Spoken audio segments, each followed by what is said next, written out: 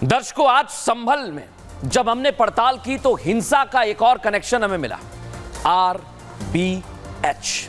ये आरबीएच क्या है दर्शकों, आज आपको मैं ये भी बता देता हूं, क्योंकि अभी तक आपने देख लिए संभल के शिव मंदिर के सबूत।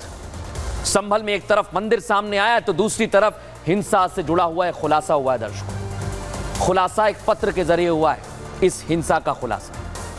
उस पत्र में क्या दावा किया गया है सुन लीजिए ध्यान से। ये वो पत्र आपके सामने मैंने रख दिया है, देख लीजिए। हिंसा के लिए एक दिन पहले दूसरे शहरों से संभल में 20 से 25 लोग आकर इकट्ठा हो गए। संभल पुलिस को मिले इस खत में और भी कई बड़े बड़े दावे किए जा रहे हैं दर्शकों। लेकिन सबसे पहले सुनवाता हूं इस पूरे खत के बारे में, हिंसा के बारे में क्या कह रहे क्षेत्र के एसपी, सुनिए जरा।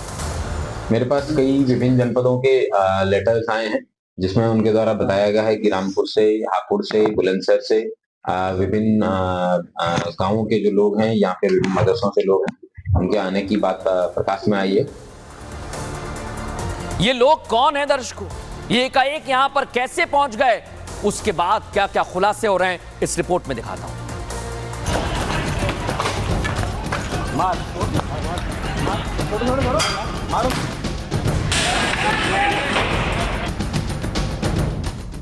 24 नवंबर को संभल की जामा मस्जिद में सर्वे के बाद जो हिंसा हुई उसकी तस्वीरें देश ने देखी।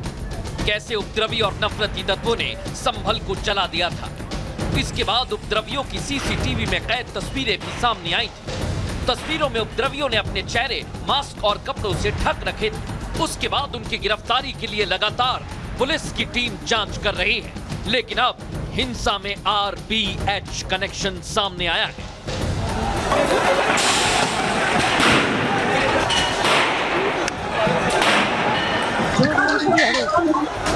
हिंसा के करीब 20 दिन बाद संभल पुलिस को एक गुमनाम खत मिला है।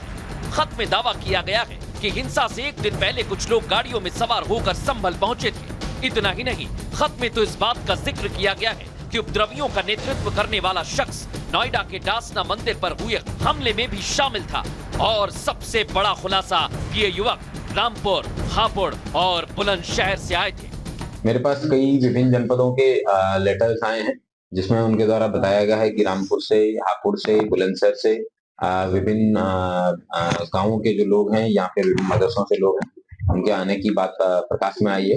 हालांकि पुलिस अब खत मिलने के बाद आरबीएच कनेक्शन की जांच कर रही है। साथ ही पता लगाने की कोशिश की जा रही है कि खत किसने लिखा।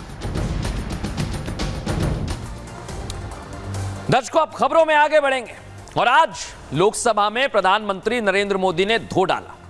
यह हम क्यों कह रहे हैं, इसके पीछे का कारण क्या है, आज आपको पूरी एक्स्ट्रा रिपोर्ट दिखाते हैं।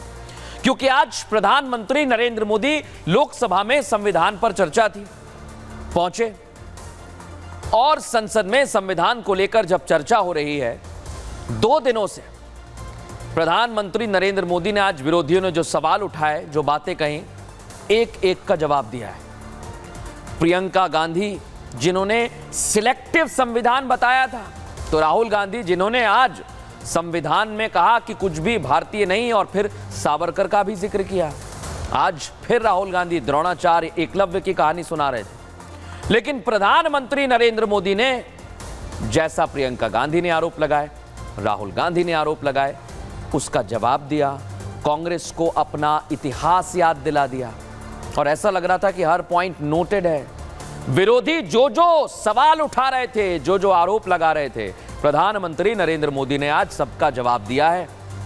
और इसलिए बीजेपी की तरफ से कहा जा रहा है कि प्रधानमंत्री नरेंद्र मोदी ने धो डाला। अब पीएम मोदी ने आज, आपको बता रहा हूं, इमरजेंसी को लेकर कांग्रेस के 55 साल याद दिलाए। कैसे एक परिवार संविधान पर बार बार हमले करता रहा, सब कुछ प्रधानमंत्री ने याद दिलाया है और कांग्रेस का पूरा काला चिट्ठा खोलकर रख दिया है। क्योंकि इसी देश में एक ऐसा दिन था जब इमरजेंसी लगाई गई थी। सुनिए जरा प्रधानमंत्री ने क्या कुछ कहा।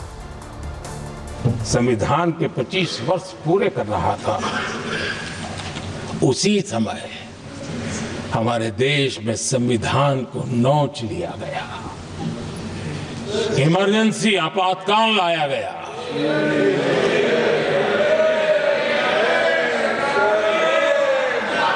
संवैधानिक व्यवस्थाओं को समाप्त कर दिया गया।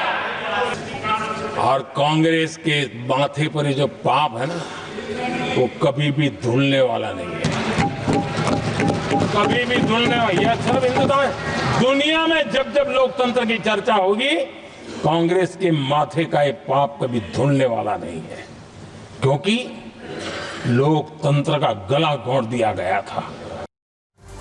दर्शकों, आज प्रधानमंत्री नरेंद्र मोदी ने शाबानो केस का भी जिक्र किया और बताया कि किस तरह सुप्रीम कोर्ट का फैसला राजीव गांधी सरकार ने बदल दिया था और जो इंसाफ शाहबानो को मिला था, कांग्रेस ने उसे छीन लिया। सुनिए।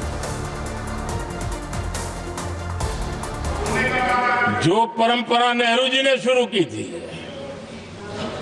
जिसको दूसरे प्रधानमंत्री जी इंदिरा जी ने आगे बढ़ाया, क्योंकि खून मुंह पे लग गया था, उस समय के प्रधानमंत्री राजीव गांधी ने शाहबानो की उस भावना को, सुप्रीम कोर्ट की उस भावना को नकार दिया और उन्होंने वोट बैंक की राजनीति के खातिर संविधान की भावना को बलि चढ़ा दिया और कट्टरपंथियों के सामने सर झुकाने का काम कर दिया।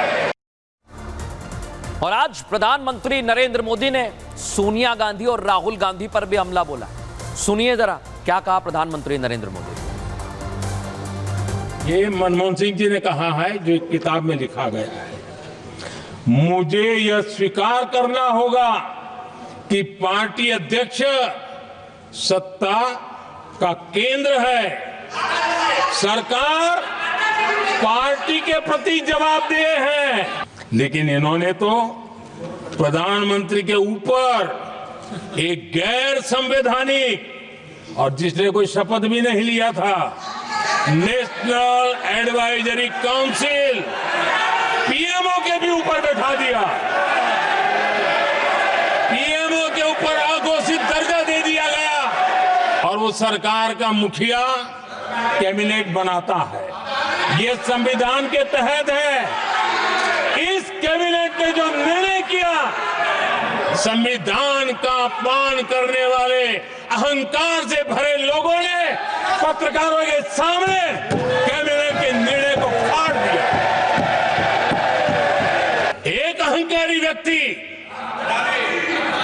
कैबिनेट के निर्णय को फाड़ दे और कैबिनेट अपना फैसला बदल दे, ये कौन सी व्यवस्था है?